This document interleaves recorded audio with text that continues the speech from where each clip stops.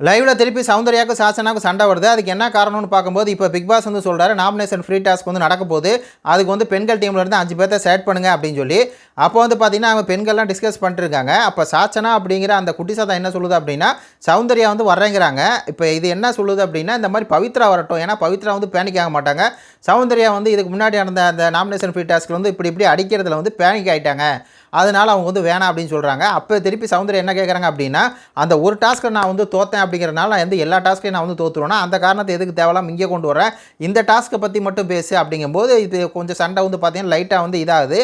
அதுக்கப்புறம் வெளியே போனோடனே நீட்டாக வந்து பார்த்தீங்கன்னா சௌந்தர்யா வந்து சாச்சனா அப்படிங்கிற குட்டி சாதனுக்கு வந்து செருப்படி கேள்வி கேட்குறாங்க. நான் வந்து பேனிக் ஆகிறேன் அப்படின்னு சொல்லி நீ எப்படி சொல்லலாம், அதுக்கு உனக்கு என்ன ரைட்ஸ் இருக்குது அப்படின்னு சொல்லி கேட்குறாங்க. அதுக்கு வந்து நான் வந்து பவித்ராவா நீங்களான்னு சொல்லி கம்பேர் பண்ணும்போது நீங்கள் வந்து பேனிக் ஆகிறது அது வந்து அதிகமாக இருக்குது, இவங்க பேனிக்காக அது சீக்கிரம் அதுலேருந்து வந்துடுறாங்க, அதனால தான் நான் சொன்னேன் அப்படின்னு சொல்லி திருப்பி வந்து குட்டி சாதம் சொல்லுது. அதுக்கு சௌந்தர்யா கேட்குறாங்க, ஒரு தடவை வந்து பேனிக் ஆகிட்டா எப்பயுமே பேனிக் ஆவாங்க அப்படின்னு சொல்லி நீ எப்படி சொல்லலாம் அப்படிங்கும்போது, இல்லை என் கருத்து எனக்கு வந்து தோணுச்சு நான் தான் சொல்கிறேன் அப்படின்னு சொல்லும்போது, இப்போ ஒரு கேம் வைக்கும்போதும் ஒருத்தவங்க முயற்சி பண்ணுறாங்க, எல்லோரும் முயற்சி தான் பண்ணுறோம், யாருக்கு வேணால் எல்லா கேம்லையும் ஏதோ ஒரு இடத்துல வந்து பேனிக் ஆகும், அதனால் ஒட்டு மொத்தமாக எல்லா இடத்துலையும் பேனிக் ஆவாங்க அப்படிங்கிற நீ எப்படி சொல்லலாம் அப்படின்னு சொல்லி கேட்குறாங்க.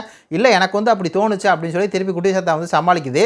அதுக்கு சௌந்தர்யா என்ன சொல்கிறாங்க அப்படின்னா, நீ கம்பேர் பண்ணுறதே வந்து தப்பு, நீ வந்து அப்படி பேனிக் ஆவாங்க சௌந்தர்யா கேமில் அப்படின்னு சொன்னால் தான் எனக்கு வந்து கஷ்டமாக இருந்துச்சு, எதனால அந்த மாதிரி சொன்னால் அது வந்து தப்பு இல்லையா, அப்போ நீ உனக்கு ஒரு விஷயம் சொல்லிட்டா அப்புறம் நீ வந்து சண்டைக்கு வர எல்லாம் பண்ணுற, அப்போ நீ வந்து என்ன எப்படி சொல்லலாம், ஒரு கேமில் வந்து எனக்கு வந்து பேனிக் ஆயிடுச்சு அப்படின்னா எல்லா கேம்லையும் வந்து தோற்றுருவோன்னா எல்லா கேம்லையும் வந்து பேனிக் ஆகுமா அப்படின்னு சொல்லி பார்த்தீங்கன்னா சரட்டி மணிக்கு வச்சு கிழிச்சாங்க.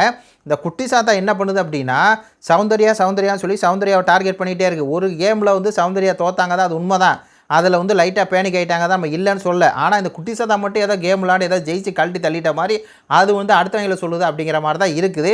இது ஒருத்தவங்க கருத்துக்களை சொல்லுங்கள். நன்றி, வணக்கம்.